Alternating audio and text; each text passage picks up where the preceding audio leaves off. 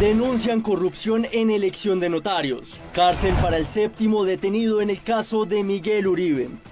Corte avala ley que prohibió las corridas de toros en Colombia. Ratifican detención contra Carlos Ramón González, exdirector del DAPRE. El grupo Bonca confirma su reencuentro con un gran concierto. Los detalles en las noticias del entretenimiento. El Ministerio de Justicia y la Procuraduría denunciaron posibles irregularidades en el concurso de méritos para escoger notarios en Colombia. La elección de nuevos notarios para el codiciado puesto será indagada por la Fiscalía ante las denuncias sobre posible amaño en el proceso de selección. Particulares o servidores públicos pueden estar negociando cupos para adquirir la calidad de notario en este concurso que se ha manejado desde el gobierno y la superintendencia y el Ministerio de Justicia con mucha transparencia. El gobierno radicó formalmente ante la Fiscalía la solicitud de investigación. Formulamos una denuncia penal para que se investigue a fondo sobre los hechos muy graves que ha puesto en conocimiento de la opinión pública el señor presidente. El ministro de Justicia dijo que el cambio de notarios se busca hacer con total transparencia. El país debe tener la certeza de que ni el Ministerio de Justicia ni la Superintendencia vamos a permitir actos de corrupción en este concurso, que hasta este momento se ha manejado con mucha transparencia. La Procuraduría también indagará el caso. Tras la victoria de Carlos Camargo como nuevo magistrado de la Corte Constitucional, se anunció un nuevo remesón en el gabinete del presidente Gustavo Petro. Hoy se llevó a cabo una reunión en la Casa de Nariño para ver cuál será el futuro de esos 3 posibles ministros que saldrían de sus carteras. El presidente Gustavo Petro lanzó un mensaje categórico al advertir que quienes no respalden al gobierno en las votaciones legislativas tampoco podrán permanecer en el gabinete. La instrucción generó expectativa de cambios inmediatos en el equipo ministerial. Sin embargo, pese a que en la Casa de Nariño se habló de renuncias, hasta el momento no se han oficializado salidas y los jefes de cartera mantienen su trabajo con normalidad. En la Casa de Nariño hubo una reunión entre Armando Benedetti, ministro del Interior, y Angie Rodríguez, directora del DAPRE, para revisar la dimisión de 3 ministros. Aunque se esperaba un anuncio inmediato, la decisión sigue en suspenso y no se ha materializado el relevo en los cargos. Mientras tanto, los ministros aludidos continúan con sus agendas públicas. La ministra de Comercio, Diana Morales, acompaña al presidente Petro en Japón en una visita oficial. El ministro de Trabajo, Antonio Sanguino, lideró en Barranquilla la instalación de un subcomité departamental y el ministro de las TIC también continuó su agenda. Estas actividades evidencian que al momento las renuncias no han interrumpido el funcionamiento del Ejecutivo. En su visita a Japón, el presidente Gustavo Petro se ha reunido con autoridades locales y con empresarios nipones en la búsqueda de inversión para el país. El presidente Gustavo Petro anunció su visita oficial a Japón con la agenda centrada en la firma de un acuerdo de asociación económica y la búsqueda de nuevas oportunidades comerciales y tecnológicas. El mandatario se reunió con el primer ministro en Tokio, donde resaltó la necesidad de dinamizar las exportaciones colombianas y facilitar el acceso a maquinaria y tecnología. La visita, que se extenderá hasta el 7 de septiembre, marca un paso clave en la estrategia de internacionalización del gobierno. Pues este primer día ha sido muy importante porque ha sido retomar y relanzar todas las relaciones de tipo político, de diálogo político y de tema de transformación tecnológica que podemos trabajar con Japón. Por ahora se espera que el jefe de Estado participe en Expo Osaka. El 7º capturado por el magnicidio del senador Miguel Uribe Turbay, llamado Harold Barragán, fue enviado a la cárcel. Harold Barragán, señalado como uno de los encargados de la logística en el atentado contra el exprecandidato presidencial Miguel Uribe, enfrentará su proceso en la cárcel. Un juez ordenó su detención al considerarlo un riesgo para la sociedad. Donde por esa simple intolerancia, entonces, la forma de dirimir nuestras diferencias es callar la persona, pero no callarla de una manera civilizada, sino por el contrario, de forma violenta. El juez reprochó que Barragán presuntamente hiciera parte de la planeación del crimen. Más dantesco todavía que haya personas que se presten para tan vil acto, y peor aún, que se sirvan de un menor de edad para realizar actos tan abyectos, por llamarlos de alguna manera. En el teléfono de Barragán, la Fiscalía encontró un grupo de WhatsApp llamado Plata o Plomo, donde se hablaba sobre la logística del atentado homicida. La Corte Constitucional avaló la ley que prohíbe las corridas de toros. El alto tribunal también incluyó las cabalgatas, el coleo y las peleas de gallos. La Sala Plena de la Corte Constitucional dejó en firme la ley No Más Olé, con la que se prohíben las corridas de toros en territorio nacional, al considerarse como una práctica de maltrato animal. Dicha ley se había hundido una decena de veces. Sacando adelante en el número 15 un proyecto que se había hundido 14 veces, es hoy no solo ley de la República, sino que está avalado por la Corte Constitucional. La ley había sido demandada ante la Corte, sin embargo, en el alto tribunal no prosperaron los argumentos de los opositores a la ley. Había sido injustamente demandada por esas personas que no quieren permitir que el país avance y que quieren conservarnos en esos solo 8 países del mundo que aún permiten el matar a un animal como una forma de entretenimiento. Además de las corridas de toros, la Corte estableció también que se prohibirán las corralejas y las peleas de gallos. La primera dama, Verónica Alcocer, reapareció hoy visitando la cárcel La Picota de Bogotá. Algunos sectores políticos indican que esta es una movida electoral.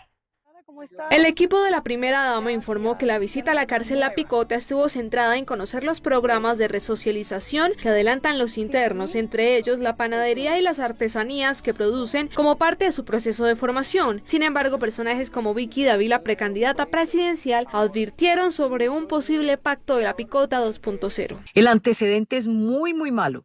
Recuerden ustedes que en plena campaña del 22 se dio el pacto de La Picota, que según el hermano de quien hoy es presidente, sirvió para conseguir muchos votos. Entonces la pregunta es, ¿estamos frente a un plan de pacto de La Picota 2.0? No es la primera vez que se realiza una visita así. Según la Presidencia de la República, en el 2024 estuvo en diferentes cárceles del país, como Montería, Sincelejo, Santa Marta y el más reciente que fue Barranquilla. Y en cada lugar se han desarrollado jornadas de escucha. El Tribunal Superior de Bogotá ratificó la orden de detención del exdirector del DAPRE, Carlos Ramón González, quien está implicado en el escándalo de corrupción y desfalco de la Unidad Nacional de Gestión del Riesgo de Desastres. La orden de captura contra el exdirector del Departamento Administrativo de la Presidencia, Carlos Ramón González, seguirá vigente, pues el Tribunal de Bogotá en su sala penal mantuvo la medida de aseguramiento contra el exfuncionario prófugo de la justicia y quien se presume estaría en Nicaragua. Imponer la medida de aseguramiento consistente en detención preventiva en establecimiento de reclusión también por el delito de lavado de activos bajo los mismos presupuestos tratados de cara al artículo 308 del Código de Procedimiento Penal con respecto al cohecho por dar o ofrecer. Carlos Ramón González es señalado como el funcionario que ordenó pagar los sobornos a los expresidentes del Senado Iván Name y de la Cámara Andrés Calle para tramitar las reformas del gobierno nacional. La representante Jennifer Pedraza denunció que el título de la hoy viceministra de las Juventudes, Juliana Guerrero, es inválido y la acusó de falsedad en documento público. Tras la revelación de la representante Jennifer Pedraza señalando que la designada viceministra de Juventudes, Juliana Guerrero, aún no habría presentado las pruebas Saber Pro necesarias para un título universitario, el ICFET señaló en un comunicado de prensa que la información difundida no era oficial. El instituto ha iniciado labores que permitan determinar si nuestro sistema de información ha sido hackeado, alterado o manipulado y si dicha acción ha vulnerado derechos fundamentales y el ordenamiento jurídico colombiano.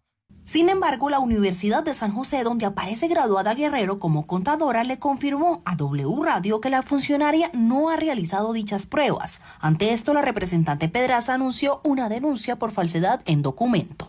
Que soy yo la que la va a denunciar a usted en Fiscalía por falsedad en documento público, la que le exige además al Ministerio de Educación que abra una investigación contra la Fundación Universitaria San José y que indague realmente en la calidad de los títulos. Y en tercer lugar, y quizás lo más importante, le exijo al presidente Gustavo Petro que respete a la juventud, que respete al movimiento juvenil. La controversia por la designación de Juliana Guerrero como viceministra de Juventudes sigue al quedar en duda la validez de su título profesional.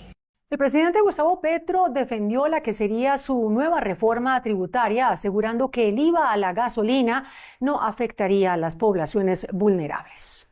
El presidente Gustavo Petro respondió a las críticas por el alza a la gasolina en la ley de financiamiento y aseguró que su gobierno no pretende trasladar el costo fiscal a los más pobres, sino a los sectores más adinerados del país. El mandatario explicó que mientras un carro de alta gama consume mucho más combustible que una moto, los subsidios heredados beneficiaron sobre todo a quienes más tienen y dejaron un déficit de 86 billones de pesos.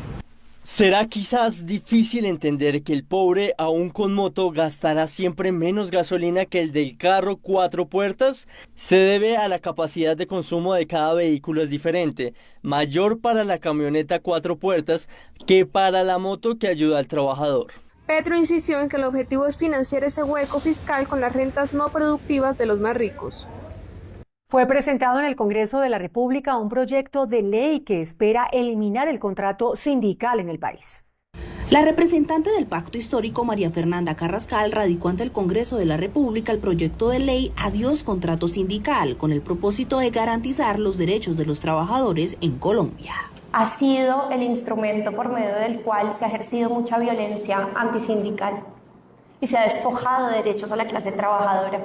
Esta propuesta es retomada luego de que el artículo de la reforma laboral donde se eliminaba el contrato sindical no pasara en el Senado. Pero cuando llegamos al tercer debate en la Comisión Cuarta, los ponentes decidieron sacarlo de la ponencia, y al sacarlo de la ponencia y no les pudimos dar debate, ustedes saben que al final hubo un acuerdo para que el texto quedara como quedó en Senado, pero acogiendo el corazón de lo que se aprobó en la Cámara. De acuerdo al Código Sustantivo del Trabajo, actualmente el contrato sindical es un acuerdo entre sindicatos y empleadores para ejercer obras y servicios con trabajadores afiliados. Según la parlamentaria, esta figura ha debilitado los derechos laborales y la libertad sindical. La Corte Constitucional anuló la sanción por doble militancia para Alexander López, por lo que el congresista regresaría al Senado. El Polo Democrático celebró la decisión de la Corte Constitucional donde les daría la razón y ordenaría tumbar la sanción del Consejo de Estado que declaraba nula la elección como senador del exdirector de Planeación, Alexander López. Con esta sentencia podría retomar su curul en el Congreso de la República. La Corte Constitucional nos dio la razón. Se constató que no se justificaba la sanción por doble militancia, lo que hizo injusta su salida del Congreso. La determinación del alto tribunal sucede luego de que en noviembre del 2023 el Consejo de Estado señalara que había incurrido en doble militancia al respaldar a un candidato de la Alianza Verde. Este fallo de la Corte ampara los derechos políticos del congresista y dejaría sin efecto la sanción. Luego del triunfo de Carlos Camargo como nuevo magistrado de la Corte Constitucional, el presidente Gustavo Petro dijo que quienes no votaron con el gobierno lo traicionaron y además aseguró, abro comillas, que la coalición en el Senado se rehace por completo, cierro comillas. El presidente Gustavo Petro volvió a pronunciarse tras la elección de Carlos Camargo como magistrado de la Corte Constitucional y se desmarcó del resultado afirmando que su gobierno no busca dominar las Cortes y que la mayoría de los ternados provienen de administraciones pasadas. Por ahora mis aliados solo serán los y las que supieron en qué consistía la elección y no decidieron el camino de la traición al presidente y al proyecto democrático. Cuestionó la elección de Camargo al señalar que no confía en quien guardó silencio ante hechos como asesinatos de jóvenes y encarcelamientos masivos en gobiernos anteriores. Añadió que el nuevo magistrado tendrá su segunda oportunidad para demostrar si defiende el Estado Social de Derecho. El jefe de Estado también reaccionó con dureza contra el Senado al señalar que excluyó a María Patricia Balanta bajo infundios y calificó de mentirosos sucios a quienes vincularon a esa candidatura al gobierno. Aseguró que apenas conoció a Balanta 3 días antes y advirtió que la coalición de gobierno en el Senado deberá rehacerse por completo tras lo sucedido. El sector azucarero pide garantías para la seguridad de sus colaboradores. Lo que va corrido de este 2025, 4 trabajadores del sector han sido asesinados desempeñando sus labores. El sector agroindustrial de la caña de azúcar del Valle del Cauca denunció la ola de violencia que ha surgido en los últimos meses en contra de los trabajadores de diferentes ingenios en la región. En lo corrido del año, 4 personas han sido asesinadas en el cumplimiento de sus labores. Los hechos, por supuesto, que nos indignan y nos duelen profundamente. Ya son 4 trabajadores asesinados y 7 heridos en todo lo corrido de este año. como sector, exigimos respeto por la vida y medidas inmediatas y efectivas por parte del gobierno nacional, de la fuerza pública y de la justicia para detener esta escalada de violencia. La vida de quienes trabajan con honestidad en el campo no puede seguir en riesgo. Desde el gremio manifestaron su preocupación por el asesinato de los trabajadores y esperan que el Ejecutivo pueda sumar acciones para reforzar la seguridad. Según el ejército, fue un grupo de civiles el que intentó quemar vivos a 2 militares que trabajaban desmantelando un laboratorio de cocaína. El hecho se registró en la vereda Siloé, en el municipio de Villagarzón, cuando 2 militares fueron atacados con gasolina mientras desmontaban un laboratorio ilegal. Fueron atacados por particulares en el desarrollo de una zonada por población civil que pretendía impedir la destrucción del laboratorio. Ambos militares fueron trasladados y reciben atención médica especializada en el Hospital Militar de Bogotá. El subteniente Miguel Mejía se encuentra en la UCI en estado crítico y presenta quemaduras hasta en el 75% de su cuerpo. Y el soldado profesional Sebastián Díaz es valorado para cirugía general y plástica con quemaduras hasta en el 30% de su cuerpo. Ante las versiones, el ministro aseguró que quienes hicieron esto no son ni campesinos ni comunidades reclamando sus derechos, sino criminales y narcos que intentaron asesinar a nuestros militares. La Defensoría del Pueblo aseguró que estos hechos fueron instados por el grupo Comandos de la Frontera, por lo que pidió que se suspendan las negociaciones con estas disidencias mientras se llegan a un compromiso de paz. Hay polémica por un contrato adjudicado desde el Ministerio de Defensa a la empresa Berthold Systems, que se encargaría del mantenimiento de los helicópteros M-17 y que terminó en incumplimiento. La sanción se da por el incumplimiento de un contrato de 32 millones para el mantenimiento de helicópteros Mi-17. El contratista ha cumplido con la entrega de los 3 helicópteros Mi-17, sin embargo se evidencia retrasos para la entrega de las 3 aeronaves.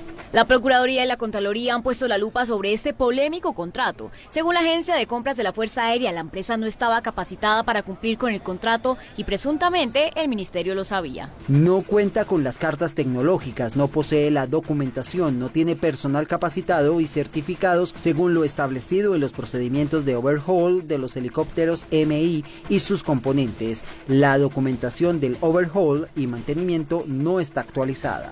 Sin embargo, un día después, desde el ministerio, se certificó que la empresa sí tenía la experiencia necesaria y esa misma noche el contrato fue adjudicado. Este contrato se hizo por contratación directa y la empresa hace parte de las polémicas contrataciones del Ministerio de Defensa.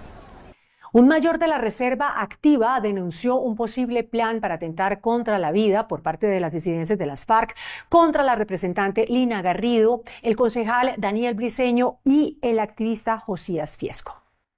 En medio de la tensa situación de seguridad que se vive en el país, el mayor de la Reserva Activa, Germán Rodríguez, denunció la existencia de un presunto plan de las disidencias de las FARC para atentar contra la vida de 3 políticos. Una información de inteligencia humana que me llegó en la cual se pretende atentar contra la vida de la representante a la Cámara del Departamento de Arauca, Lina María Garrido, el concejal de Bogotá, Daniel Briceño, y el activista Josías Fiesco. Esta fuente para mí tiene una alta validez de credibilidad, ya que cuando me encontraba activo nos apoyó con inteligencia precisa. Ante la grave denuncia, solicitó protección inmediata para los amenazados. Ya tuvimos un atentado que acabó con la vida de Miguel Uribe. A las 2 horas del entierro, atentaron nuevamente contra el senador Triana de Cambio Radical. Que no se vuelva a repetir esta historia en Colombia. Las autoridades competentes ya están evaluando la denuncia y se espera que se tomen medidas de seguridad para los 3 líderes políticos de inmediato.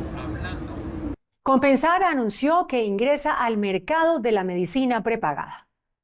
Compensar, que en 2024 solicitó su liquidación voluntaria por una grave situación financiera, anunció que en medio de su permanencia en el sistema lanzará su nuevo servicio de medicina prepagada. Con esta iniciativa, que funcionará de manera independiente al sistema público, la entidad busca mantener su presencia en el sector y blindarse de la crisis.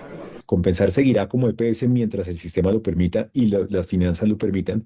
Seguirá con el plan complementario porque es un producto que, como su nombre lo indica, complementa al plan obligatorio, pero tenemos esta nueva alternativa que ya es más independiente de los recursos públicos. El nuevo plan ofrece acceso a más de 60 especialidades médicas, hospitalización en habitación individual y servicios de telemedicina. Con este lanzamiento, Compensar busca ofrecer una alternativa de bienestar integral para sus afiliados y empresas.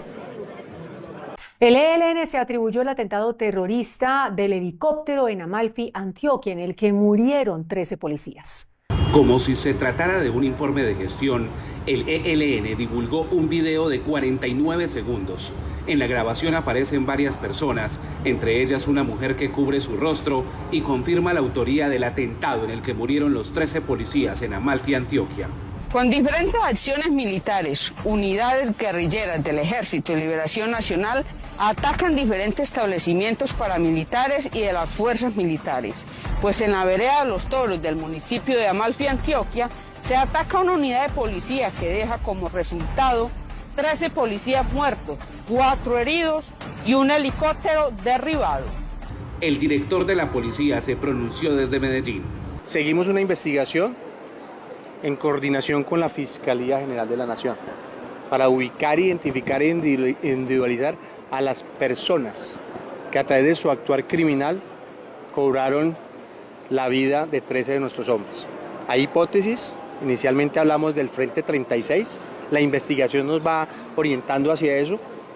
Hay una manifestación del ELN, lo estamos verificando, pero en el territorio convergen 3 organizaciones criminales.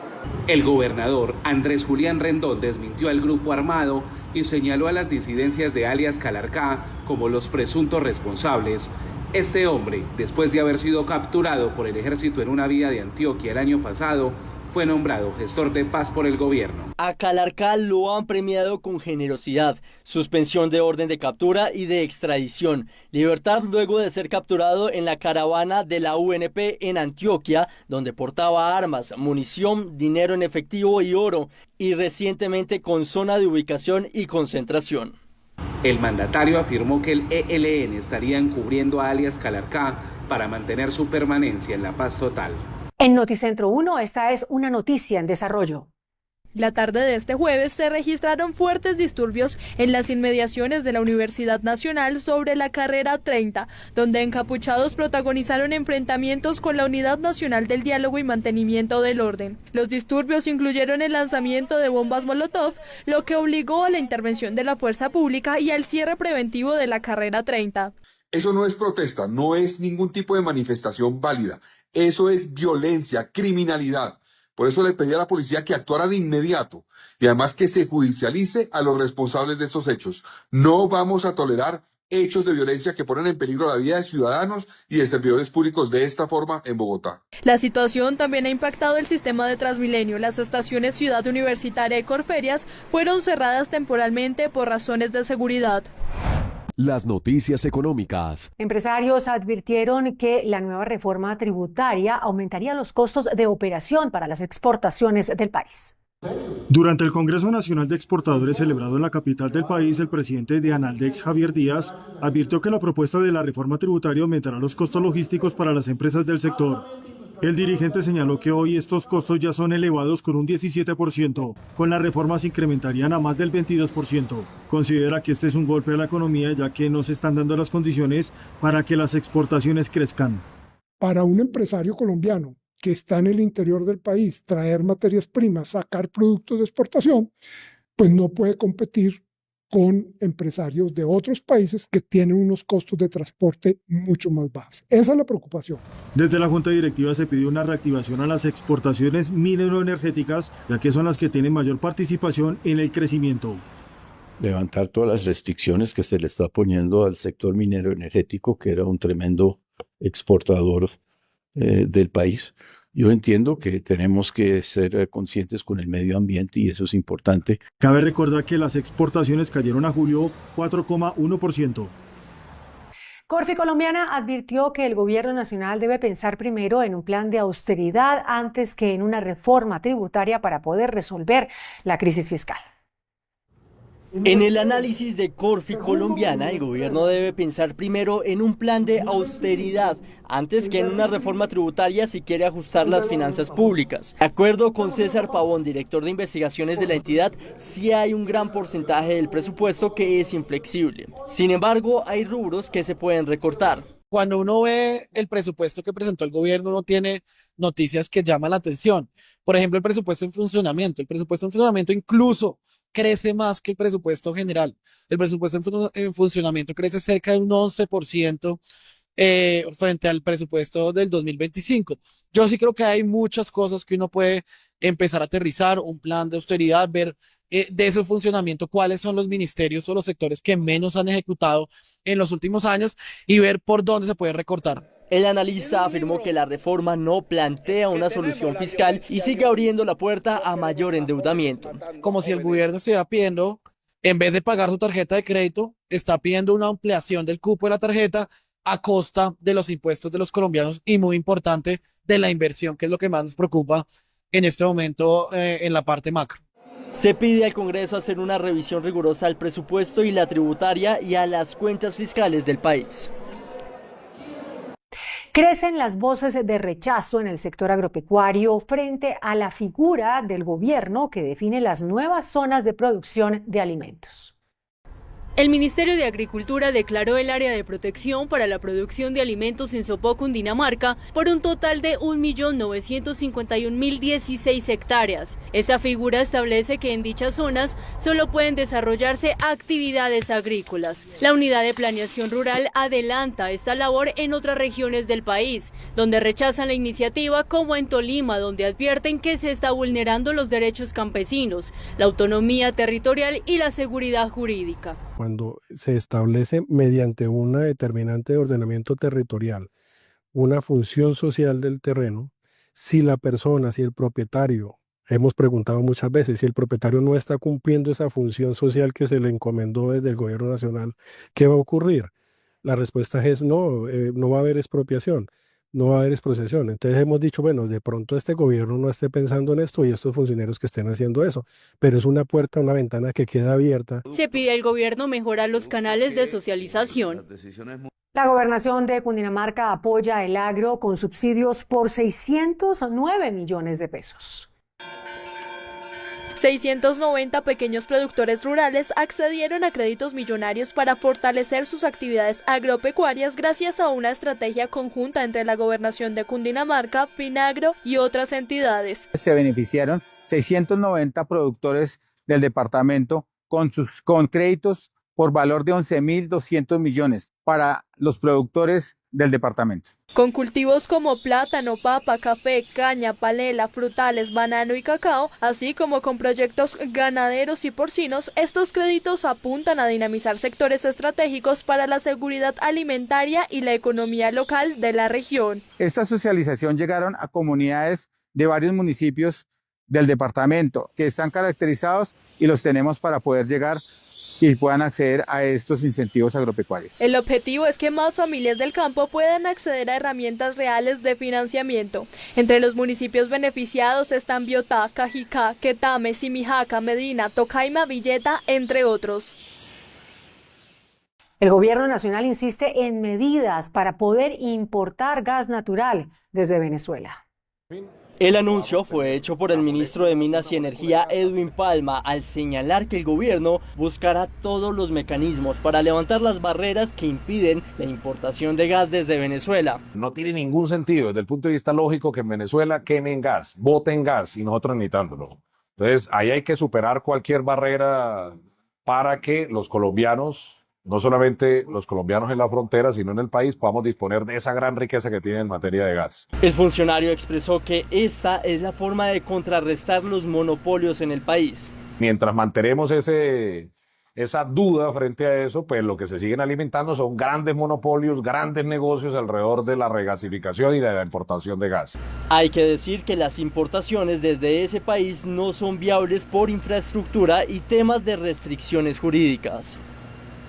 La Federación Nacional de Cafeteros reportó un incremento en la producción del grano para el cierre de agosto. El dato del día. Las cifras más recientes de la producción cafetera del país para el mes de agosto fueron de 1.2 millones de sacos, lo que representó un alza del 19% frente a igual periodo del año anterior. De acuerdo con la Federación Nacional de Cafeteros, en los 12 meses, la producción llega a los 14.7 millones de sacos, un incremento del 18% y acercándose a la meta de los 15 millones de sacos. Las exportaciones también crecen y para el mes de agosto subieron 13%.